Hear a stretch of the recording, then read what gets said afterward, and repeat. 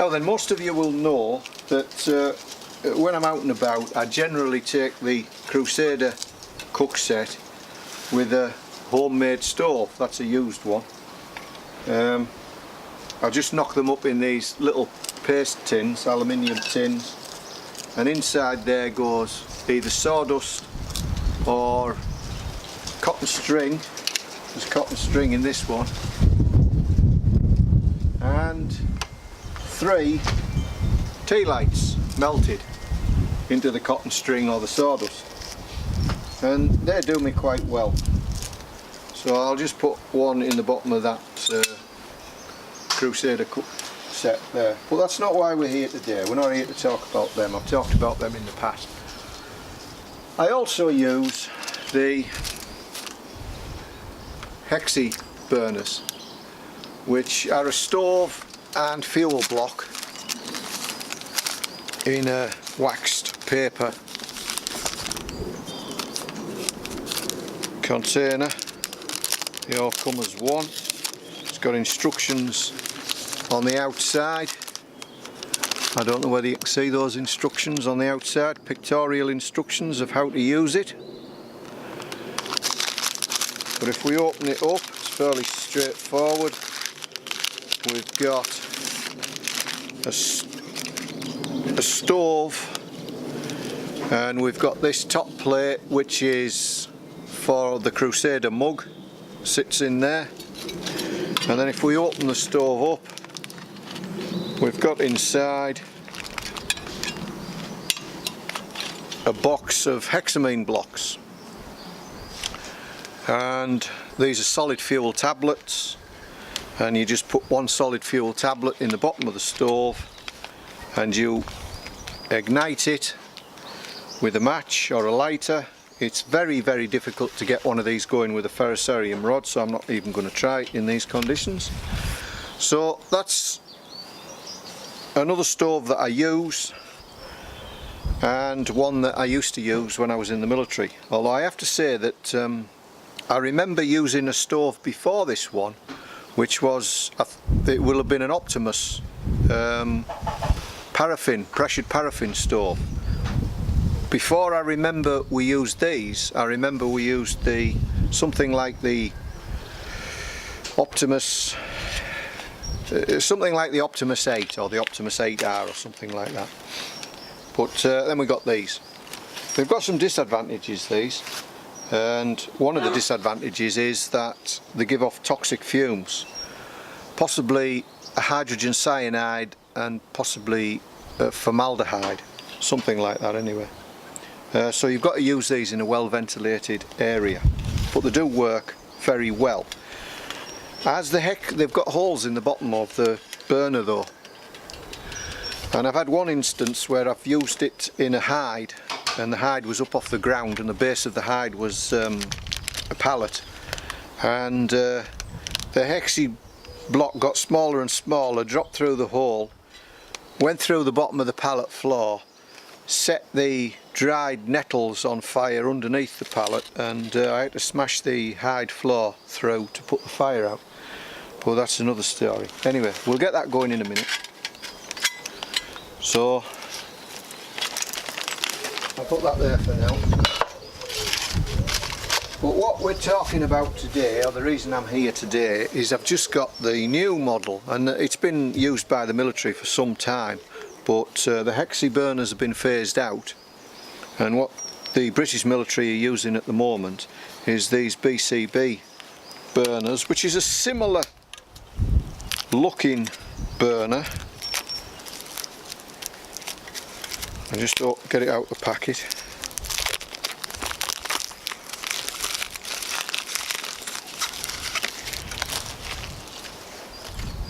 And what we've got is a stove which opens up, and we've also got another piece of metal in there which is a windshield, and it's got a little tab on it, and it says there out, and that just clips on onto the side like that, and then you can close it up as a windbreak. And they've got a fully contained portion in the centre there for the fuel. Now you can use hexamine blocks in this, or S-bit tablets if you wanted to, but what these are really made for is the new fuel that the military are using, which it comes in a little plastic container and there's a gel in there, and it's based on ethanol, which is alcohol, so it burns very clean, and they come in packs of 6, so with your 24-hour ration pack you could expect to get a stove and a pack of 6. So I'm using this for the first time. I've never used this before, so I'm going to see how effective this is compared to the hexamine stove. So you could, in theory, use this inside a Land Rover or a tent, although you'd have to be very careful of setting the place on fire. But the fumes that they give off, it doesn't give off like hydrogen cyanide or formaldehyde, but obviously you might get some, you know, you're going to reduce your oxygen content, so you would have to be careful. So anyway, we're going to put this to the test, and as I say, I've never used it before, so it's going to be interesting. I'm going to try and do a side-by-side comparison. But one other aspect of these fuel tablets is you can use them, because they're essentially full of ethanol, you can use them as a hand cleanser. It's got a little tab on it there, you can pull that aluminium off and that leaves the gel inside, and it does smell like alcohol, and then you don't use it in the plastic because the plastic's going to form a residue, but you pop it out and it's a fairly solid tablet. And if I wanted to sanitize my hands, I could just rub it about in my hands, get a bit of the greasiness off and rub it around on my hands, and that should sanitize my hands. Now when I pop it in there, in the burner, pop it in there, it's going to turn to a liquid, which is why you need it contained. So you can't just use this on a flat surface, it would spread out over the flat surface. So if, for example, you only had a hexi burner and you wanted to use one of these, then you're going to have to form some container to put it in, either a little tin container, or perhaps you could knock something up with tin foil if you had some tin foil. Anyway, I'm going to set these going. Presumably if I leave this out in the open, the ethanol's going to evaporate, and it's going to be no good, so we want to get started on it reasonably quickly, but I want to make it a fair test between the two. So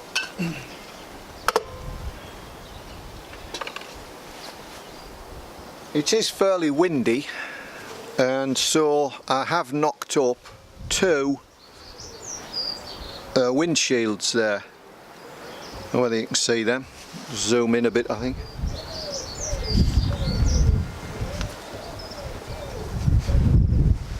Had a good shadow on the proceedings, but I've knocked up those 2 windshields. So I'm going to start them off in here. Now hopefully, to get a fair comparison, the only 2 things I've got that I can, that are going to sit on there. Well, that'll sit on there.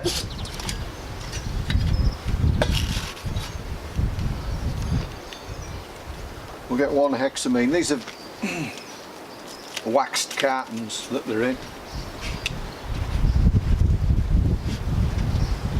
And that's the hexamine block there.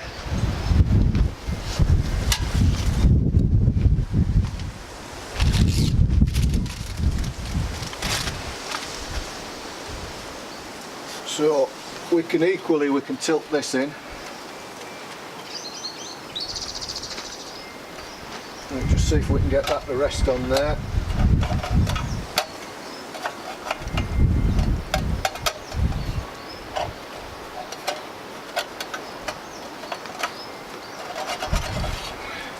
It's not too safe actually.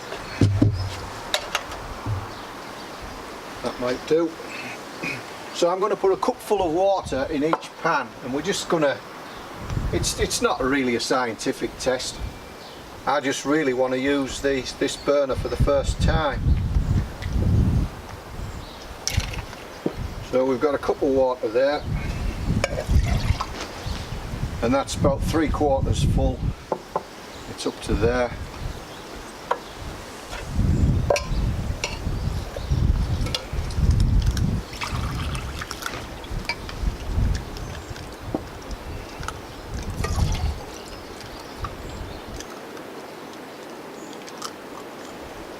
I'll just put a touch more in there.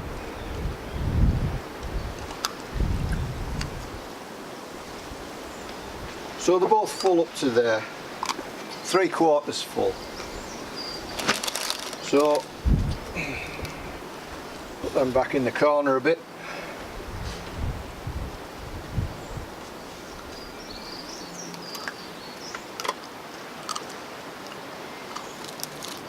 Now I could light that with a ferrocerium rod, but I've got a lighter, and certainly the Hexi block, I'm not going to light that with a ferrocerium rod. So my standard operating procedure is to light an elastic band and let the elastic band do the job.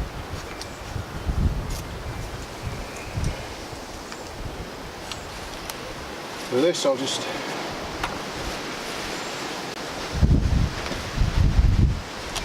pull out a bit of paper. To some degree the hexamine blocks do melt a little bit as well. Now then, is that a light or is it not a light? You cannot see that actually you can occasionally, but let's zoom in on that because it's very interesting.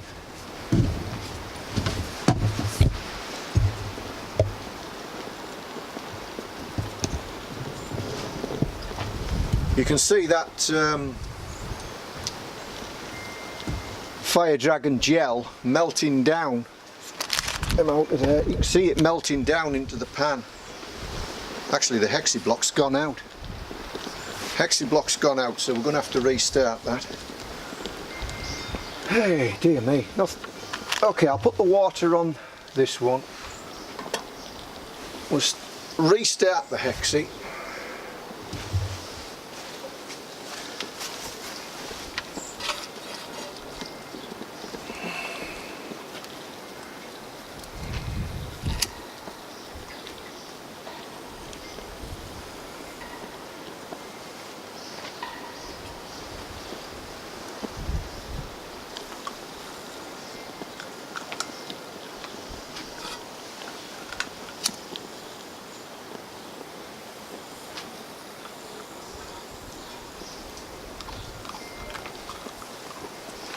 Right, let's hope that gets going. I can see us having a bit of a disaster here if we're not careful. So that's both of them. I think that Hexi will go now, but you can see how windy it is, even with the windshields.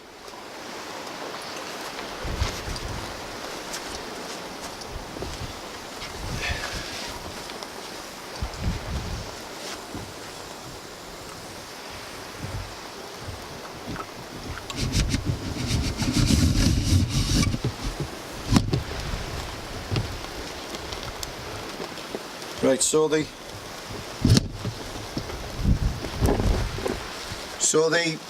BCB stove with the gel fuel in it, that's just a liquid bubbling away in the bottom there now, so if it wasn't contained it would have spread all over the place. The Hexi burner, that's staying fairly solid. And I didn't time it at all.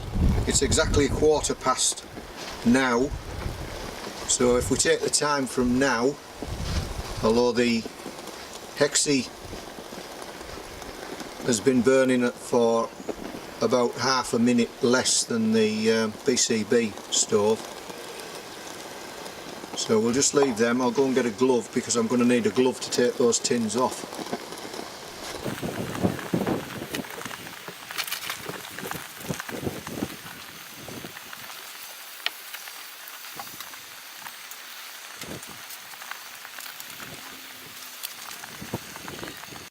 Right, well, as we're doing this, I'm just going to start one of my own stoves.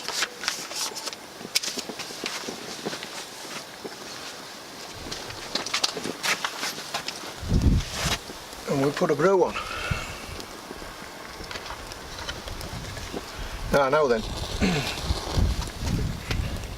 we're starting to get little bubbles already in both cans, and we've only been going, what, about 3 minutes. We've only been going for about 3 minutes, and we've got little bubbles going in both cans.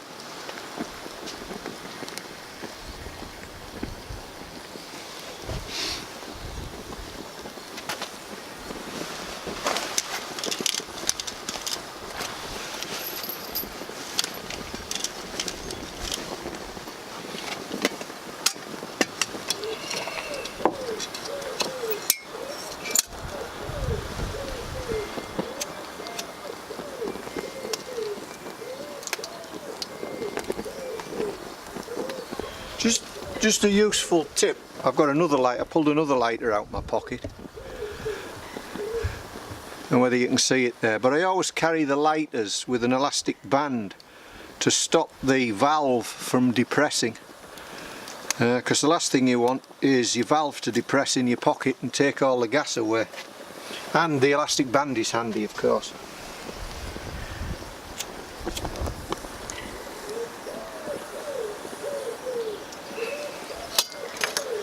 So I've just lit one of my little stoves there. It's got the equivalent, well, it's got the total of 3 little tea lights in it, and then I leave the little wicks sticking up in the middle to ignite it. So I'm just putting that in the Crusader.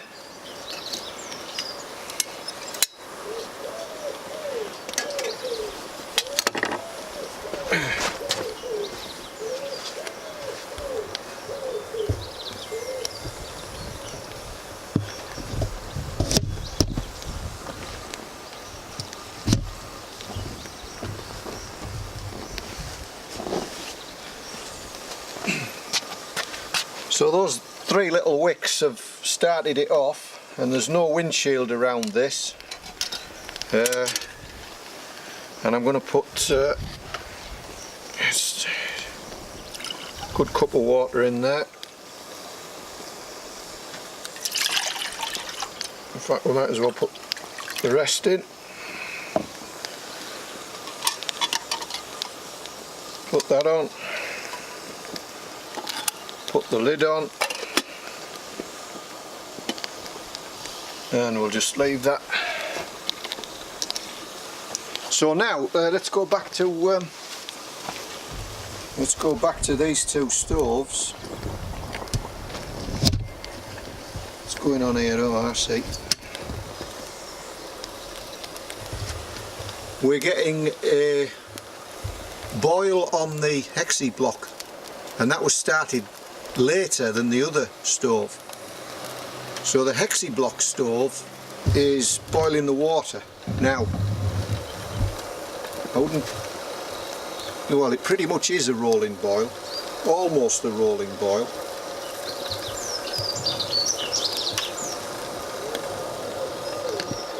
So that's the Hexi stove at about 5 minutes.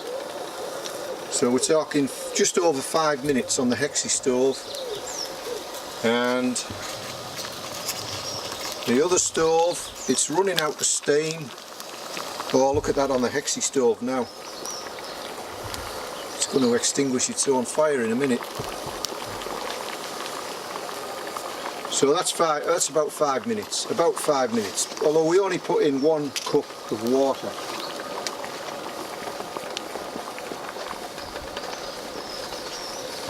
And look at the flames from that Hexi stove.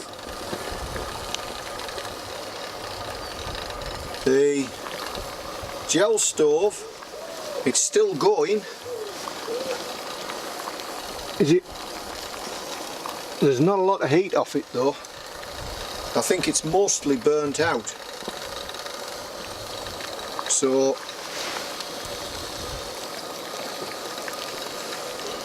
and there is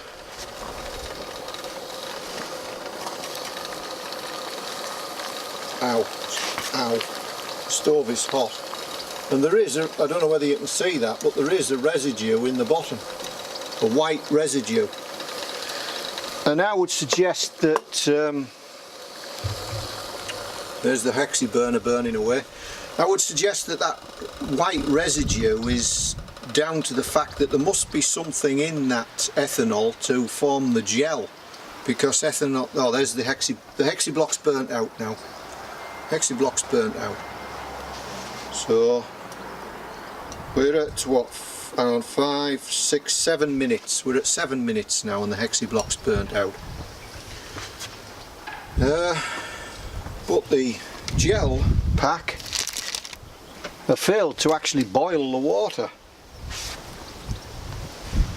So, convenience wise, I would say the gel probably wins, but for giving off heat, I'd give it to the Hexi. So that's interesting. And I think I'm gonna need, I mean that was only 1 cup of water. Certainly with the lid on it would have boiled faster or better. So all in all I think there's not a lot in it for just going out camping wise. Weight wise, I think the combined 6 blocks of the gel and the stove is slightly lighter than the Hexi stove, but then you get 8 Hexi blocks. You get 8 Hexi blocks with the Hexi burner. So my conclusion is that I'm not going to give up on Hexi blocks. Perhaps that single gel pack that I had, if it had a slight hole in it or something, then the ethanol would have been slowly evaporating. But the gel itself, when I popped it out, looked okay. So I don't think there was anything wrong with that. I know Esbit tablets, they suffer very badly if you get them damp. Hexamine blocks don't seem to suffer so much. I don't know about trioxane, which is what the US military tend to use. But I do know that everybody, the militaries are, certainly NATO, are going to these green and clean gel fuels from FireDragon. So that's what the soldiers have been issued with now. You get 6 27-gram blocks in there. Obviously the stove is good to go again and again and again, and could use Hexamine blocks or Esbit blocks, and you can see that that white residue in there.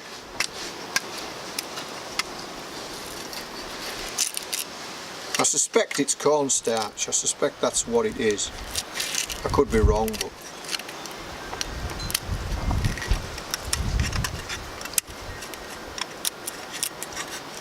it's like paper. It's gone like a dried paper.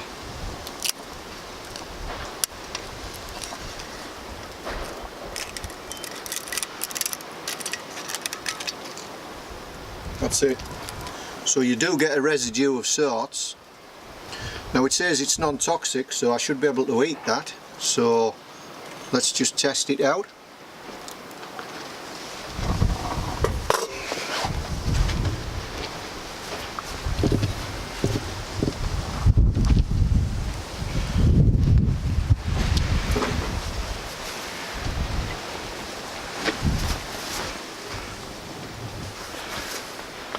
So this is the residue that's left over.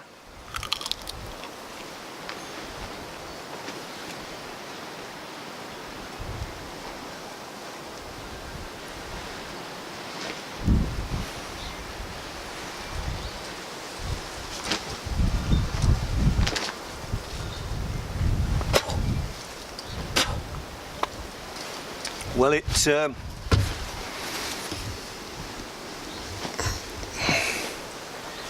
has quite a sharp taste about it. Now perhaps that's the zinc on the coating of the stove.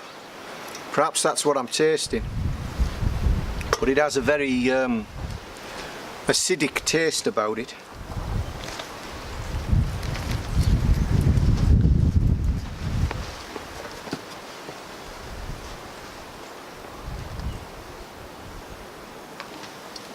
It's like a waxed paper constituency.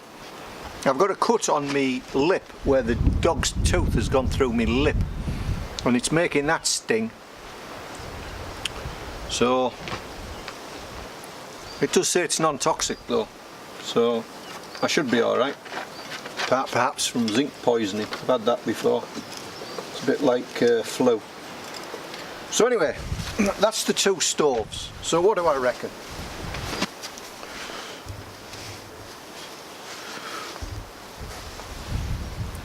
Well, I've had a look at the camera screen and it said recording has stopped automatically. It'll only record for so long and then it switches off. So I don't know what we've missed. So my basic conclusions on the use of the two stoves, the BCB gel burner and the old style hexi burner, is that when you take into account the pluses and minuses of each stove, I'd say there's not a lot in it. This certainly burnt cleaner, the BCB stove, certainly burnt cleaner, although it did leave that residue, that white residue, which I suspect is cornstarch, which I tasted, and it has a very acidic, it's like waxy paper. Has a bit of an acidic taste to it, quite strong. Not the sort of thing you'd want to eat. That may come from the metal of the stove, I don't know. So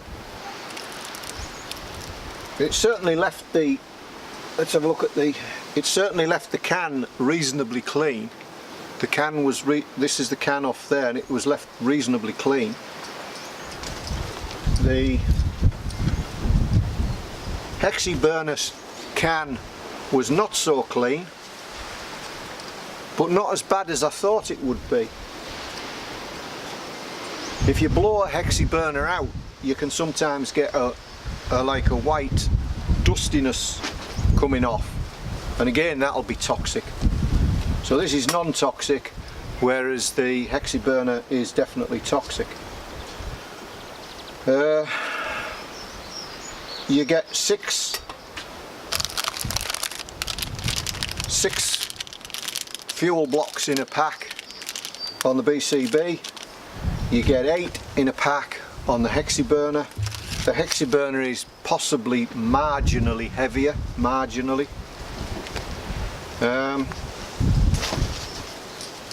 So all in all, I don't think there's anything to choose between these two stoves, really.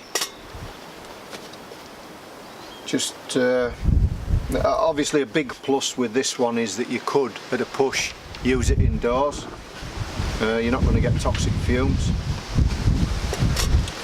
But for the time being at least, why I have got these two options, wherever I can, I'll continue to use my homemade 3T light in a little metal can with either sawdust or cotton string, and although it does soot the cup up and the burner, it soots it up quite badly, so you have got to use this outdoors. It burns a lot longer though. Is that boiling yet? It's almost boiling. There's bubbles there, but it's not on a rolling boil yet. So it doesn't chuck out the same amount of heat as the Hexiblock does, but I could make it a little bit bigger if I wanted to. So I don't think we've discovered anything outstanding, but I have tried it for the first time and I wanted to do that, and now I've done it. I've got confidence in using it now I've tried it, but there hasn't been any surprises. It burns long enough I mean, certainly if I'd had lids on, they would have both boiled quicker.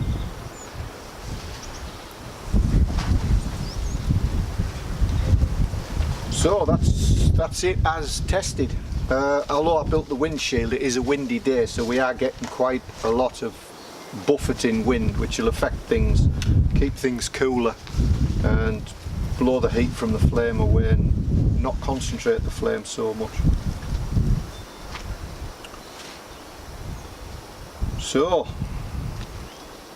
that was just a look at how it worked, and you'll have to judge for yourself. I mean, certainly they're going to work, certainly they do work, so that was the main thing. So that was just a short video while once again I'm looking after the dog. Jess, come here, come on,